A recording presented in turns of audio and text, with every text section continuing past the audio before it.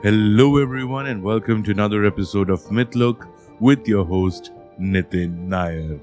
As you all know, we have been exploring quite a few different mythologies of late, and we're trying to bring as much freshness as we can into the different cultures and civilizations that we cover.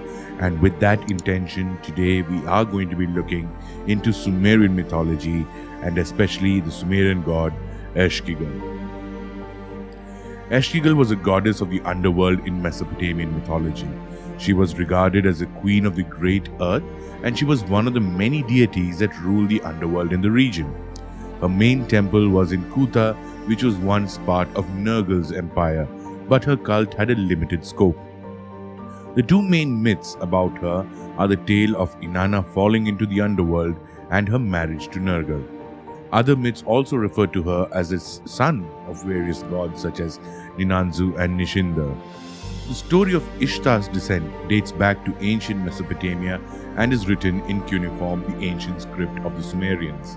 It is believed that it symbolizes the seasons and the development of rituals and doctrines related to the afterlife.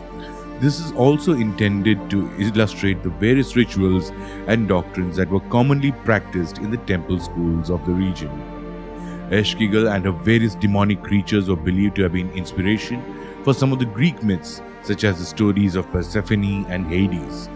The Sheol concept in Judaism was also closely related to the mythology of the underworld in Mesopotamia. However, since the monotheistic tradition prevented the goddess from being able to rule the underworld, Sheol was not able to include her. There is currently no iconography for Ereshkigal. The Burney relief, which dates back to the reign of Hammurabi in 1972 and 1950 BCE, is commonly regarded as depicting her. It features a naked woman with pointed wings and standing on two lions, with owls on either side of her. Ereshkigal is depicted with various symbols of power, such as lions and mountains. Scholars believe that this could also be images honoring Inanna or Lilith. Ereshkigal was the most feared deity in the Mesopotamian pantheon because she represented one's final destination from which there was no returning. In Mesopotamia, it was believed that creating an image of someone or something that could be used to attract the attention of the subject was a tradition. Statues of the gods and portraits of people sealed seals were also believed to have amuletic properties. However, if a statue of Ereshkigal was made, it probably directed the attention of the Queen of the Dead to whoever was making it. So it was highly frowned upon, and no one wanted an image or any iconography that represents Ereshkigal within their home, on them, or around them. It is unclear who her parents were in Mesopotamian pantheon, as some of the texts refer to the goddess as the daughter of An, the supreme sky god in Mesopotamian religion. In contrast, the other records list her as the queen of the underworld and the daughter of Nana, the god of the moon, and Ningal, the goddess of the reeds. Ereshkigal is the older sister of Inanna, and she is best known for her role in the descent of Inanna, which is an epic written in the Sumerian language for which we have actual records.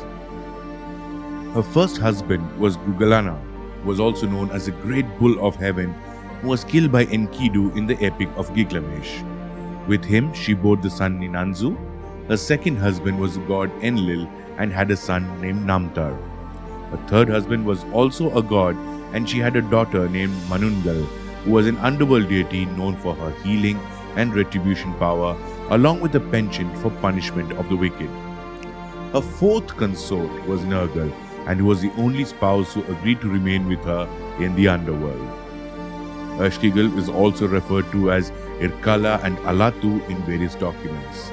There have been references to a few minor goddesses who have similarities to the main goddess, but experts are still divided on this.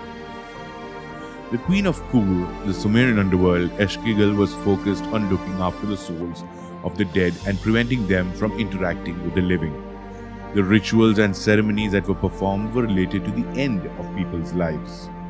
As the goddess of the underworld, Ereshkigal was tasked with ensuring that the dead were properly buried and their annual rituals were conducted properly.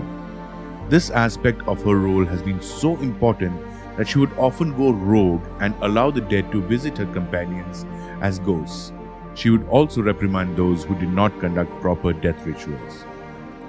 Ereshkigal has been the focal point of many scholars and academics who are trying to find a connection between the Mesopotamian civilization and other neighboring civilizations like the Greek and Roman, and in turn find a viable link to Egyptian mythology.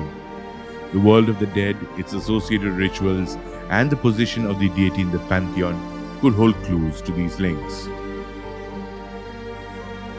As you can see, the Sumerian mythology, which is one of the oldest in the world due to the likes of actual cuneiform texts and cuneiform stone carvings that we have available, clearly shows that there could be a connection that we could draw between one, all the Mesopotamian cultures that were out there like the Sumerians, the Akkadians, the Babylonians, the Hittites, etc.